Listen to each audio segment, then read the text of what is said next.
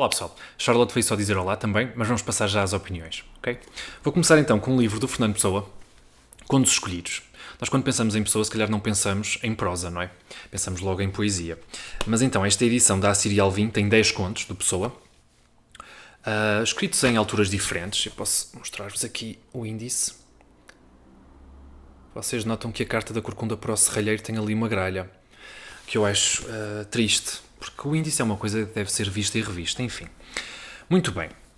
Como os editores aqui dizem também no prefácio, o Fernando Pessoa não acreditava em pontos finais nas suas histórias.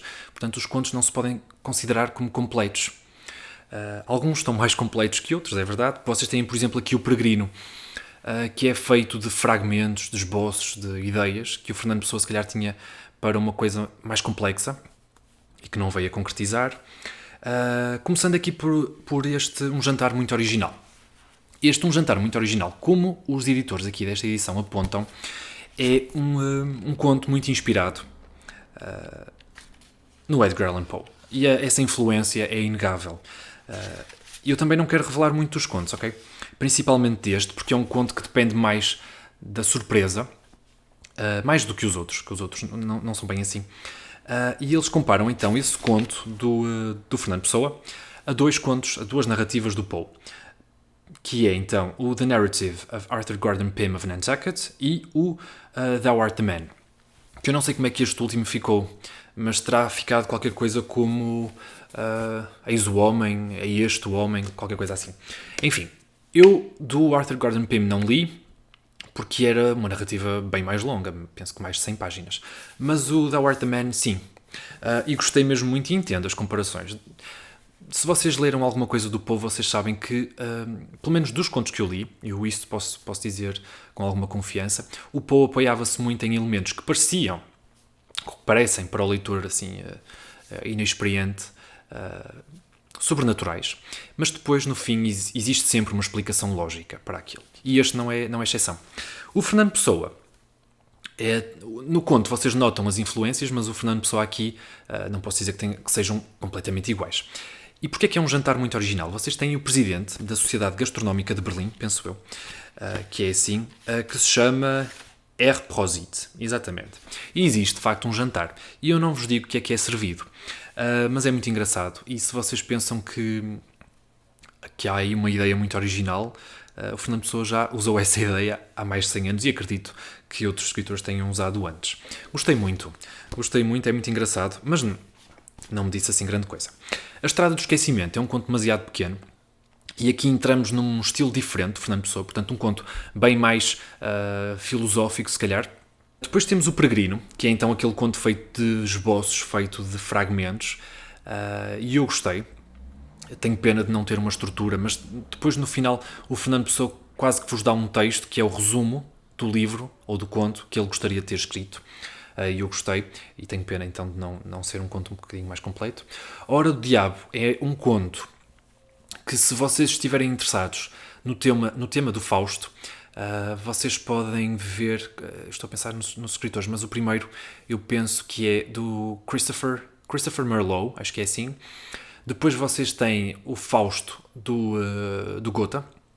Depois vocês têm o Dr. Fausto, penso eu, do Thomas Mann.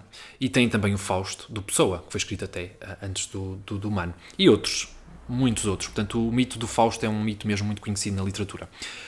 E embora este não seja sobre o Fausto, está ali relacionado com o diabo também, obviamente pelo título, não é? Eu gostei, e se vocês quiserem ler o Fausto Pessoa, leiam também este conto, acho que vale a pena. O Banqueiro Anarquista também é muito interessante, porque vocês têm esta personagem, e é tudo à base de diálogo, em que este senhor procura convencer uma outra pessoa de que é possível a junção destas duas características dele. Não faria assim muito sentido, mas ele depois tenta convencer-vos, e à pessoa com quem ele está a falar, de que de facto é possível. Mas gostei, como eu escrevi no Goodreads, eu gostei mais do livro do Chesterton. Também fala sobre anarquistas. Depois, um grande português procura explicar a expressão conto vigário.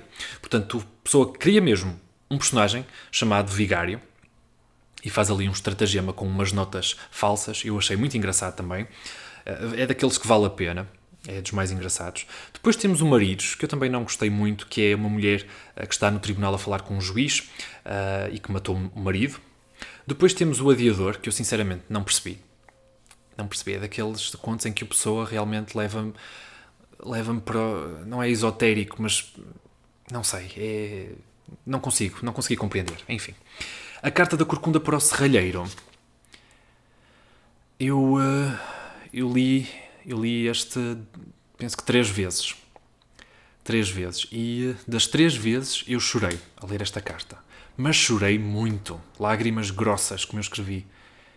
Esta carta da Maria José, que é uma corcunda que está apaixonada pelo serralheiro, que vê passar todos os dias à frente da sua janela.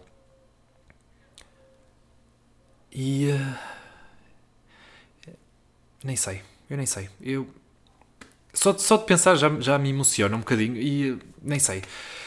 Eu tentei ler este conto porque também não é assim tão grande e eu não esborrachei-me todo, não consegui. Mas vou deixar-vos uma gravação na descrição que é feita pela atriz, penso que ela se chama Maria do Céu Guerra e vocês até podem ler o conto online. Acho que vale mesmo muito a pena e é muito triste mesmo. A pessoa aqui partiu-me o coração. E depois temos a Caçada, que eu sinceramente também não gostei, não me disse nada. Portanto, esta coletânea de contos vale então pelos contos A Hora do Diabo, se vocês tiverem interesse no mito de Fausto, vale a pena, obviamente. Um jantar muito original, para vocês verem como o Fernando Pessoa, adolescente, ele teria que 18 anos, no máximo, 17, não sei. Já sabia escrever de maneira brilhante. O Banqueiro Anarquista também é interessante, mas eu recomendo esta antologia pela Carta da Corcunda para o Serralheiro, que é fantástica. Fantástica.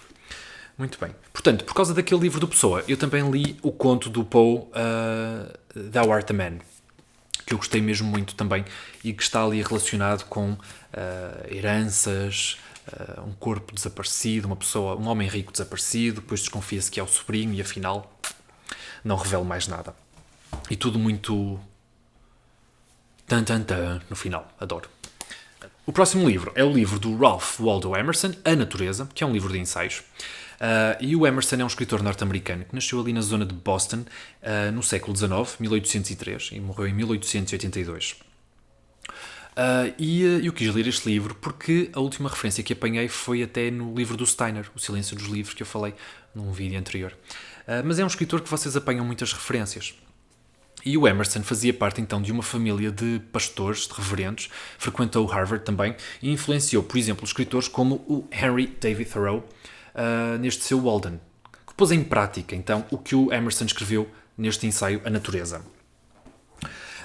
O Emerson, assim como o Thoreau, fazia parte de um grupo chamado os Transcendentalistas americanos, aos quais se pode incluir também no grupo a Louisa May Alcott, que escreveu As Mulherzinhas, também da zona de Boston, e também o Nathaniel Hawthorne, que escreveu A Letra Escarlate. Aqui o Emerson diz que é o pai da literatura americana porque ele procurou romper então com as tradições e com a literatura europeia e criar algo de novo. É aquele tipo de livro também que não vale a pena estar muito tempo a descrever. É uma espécie de ode à natureza e aqui neste ensaio o Emerson procura mostrar ao leitor como é na natureza que se pode encontrar Deus e procurar abrir os olhos do leitor. E eu achei um livro mesmo muito interessante, cheio de frases bonitas. Aqui, como a Clara Pinto Correia refere, é um livro cheio de frases bonitas, é mesmo assim que ela escreve. Vejam só, há muitas citações de Ralph Waldo Emerson que se prestam a imensos usos, sobretudo como epígrafes de capítulos ou assinaturas de e-mail, porque são todas muito bonitas. A minha preferida é: todo homem é uma divindade disfarçada, um Deus que se faz passar por louco. E eu gostei mesmo muito. Há aqui passagens incríveis. Há aqui uma passagem em que ele fala das estrelas, que nós não damos importância às estrelas. Se fosse um fenómeno que ocorresse apenas de 1000 em 1000 anos, aí sim nós iríamos passar de geração em geração o que seria testemunhar tal fenómeno de ver as estrelas. Como é uma coisa que pode ser vista todas as noites, nós não damos importância. Portanto, ele aqui ensina que a beleza e a divindade está em tudo, na natureza, e procura também estabelecer umas novas relações entre o homem e a natureza, e eu gostei mesmo muito. Tanto então que depois Quis também este Walden, do Henry David Thoreau, que está agora em promoção na Bertrand, e como eu disse, o Thoreau pôs em prática as palavras do Emerson.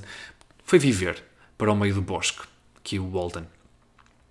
E eu espero gostar mesmo muito. Como eu já disse, fica difícil falar então sobre este livro de ensaios. É uma experiência, vocês têm que o ler, se gostarem do tema, se tiverem interesse, claro.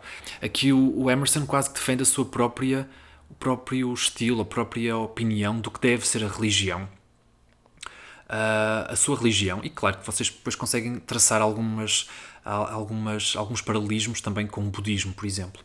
Eu achei e gostei, obviamente. Depois, estava com planos de ler então o livro do John Williams, Butcher's Crossing, e fiquei muito surpreendido quando vi aqui esta citação do Emerson, do Natureza. Acontece que esta citação não é deste livro de ensaios, ok? Não é. Este foi o primeiro livro do Emerson, ali quando ele publicou em 1836, tinha ele 33 anos. Este outro que é citado, então, no Butcher's Crossing, faz parte, é um ensaio também, mas faz parte de um volume de ensaios, chamado A Segunda Série. Muito bem.